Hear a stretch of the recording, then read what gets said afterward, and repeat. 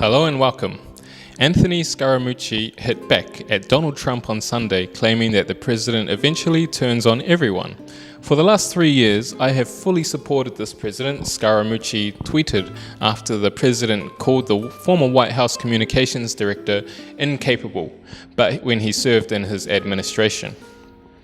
Recently, he has said things that divide the country in a way that is unacceptable, he continued in the Sunday tweet. So I didn't pass the 100% litmus test. Eventually, he turns on everyone, and soon it will be you, and then the entire country. Scaramucci, who was in his position at the White House for 10 days in July 2017, told MSNBC on Thursday the president's visit to survivors of the shootings in El Paso, Texas, and Dayton, Ohio, didn't do well on the trip. Trump and First Lady Melania Trump on Wednesday went to the two cities rocked by mass shootings last weekend. 9 were killed in Dayton on Sunday morning and 22 in El Paso just hours before on Saturday. Trump did not take the criticism well and fired back at the 55-year-old New York entrepreneur by calling him incapable when he served in his administration. Anthony Scaramucci, who was quickly terminated 11 days from a position that he was totally incapable of handling, now seems to do nothing but television as the all-time expert on President Trump, he tweeted. Like many other so-called television experts, he knows very little about me other than the fact that his administration has probably done more than any other administration in its first 2.5 years of existence, he continued. Anthony, who would do anything to come back in, should remember the only reason he is on the TV, and it's not for being the mooch.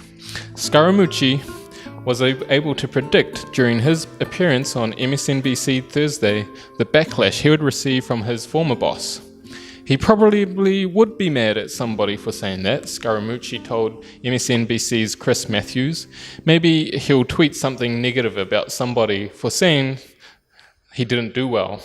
But facts are he did not do well on the trip, because if the trip is being made about him and not the demonstration of compassion and love and caring and empathy for those people, then it becomes a catastrophe for him, the administration, and it's also a bad reflection on the country.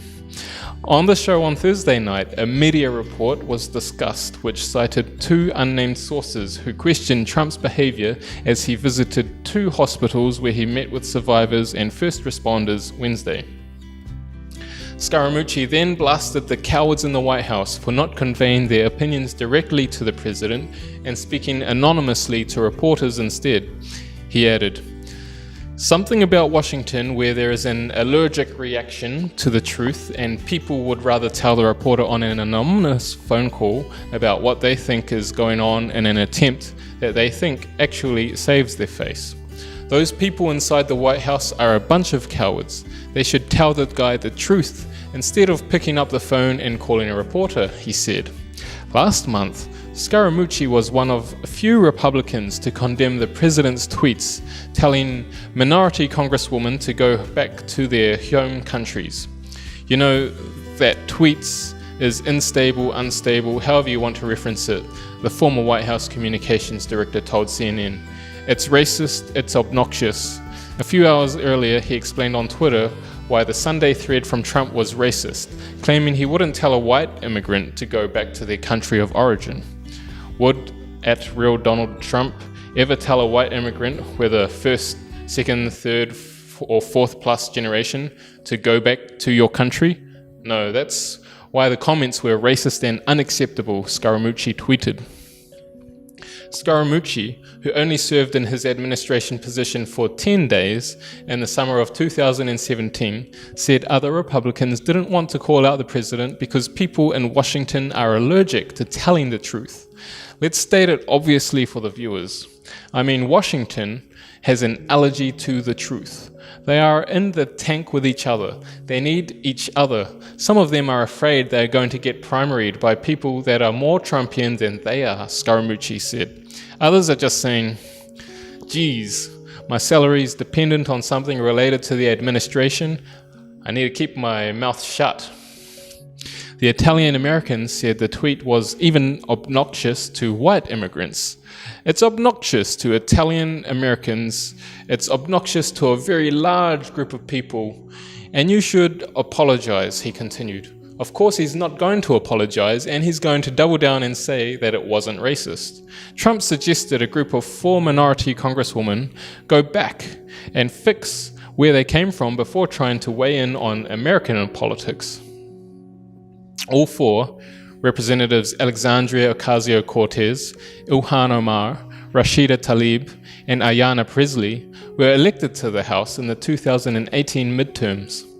Even though Scaramucci said he thinks Trump was wrong and should apologize, he also said he's still rooting for Trump in 2020, but warned him he could lose a lot of support with comments like he made Sunday. I wish the president well. I'd like to see him get re-elected, Scaramucci said during his CNN appearance, but I'm telling you right now, if he continues on that path, he's going to be shocked at the number of people that are going to quietly and overtly break from him. After the comments were made, the Palm Beach GOP disinvited Scaramucci from speaking at its annual fundraiser after the Shot Live White House communications director claimed Tuesday that Trump's weekend tweets were racist. I am sorry that I was cancelled, Scaramucci, Politico. Mike Barnett must like and condone racist comments. Someone with more courage and less political expediency would call it for what it is and ask it to stop. Thank you for listening.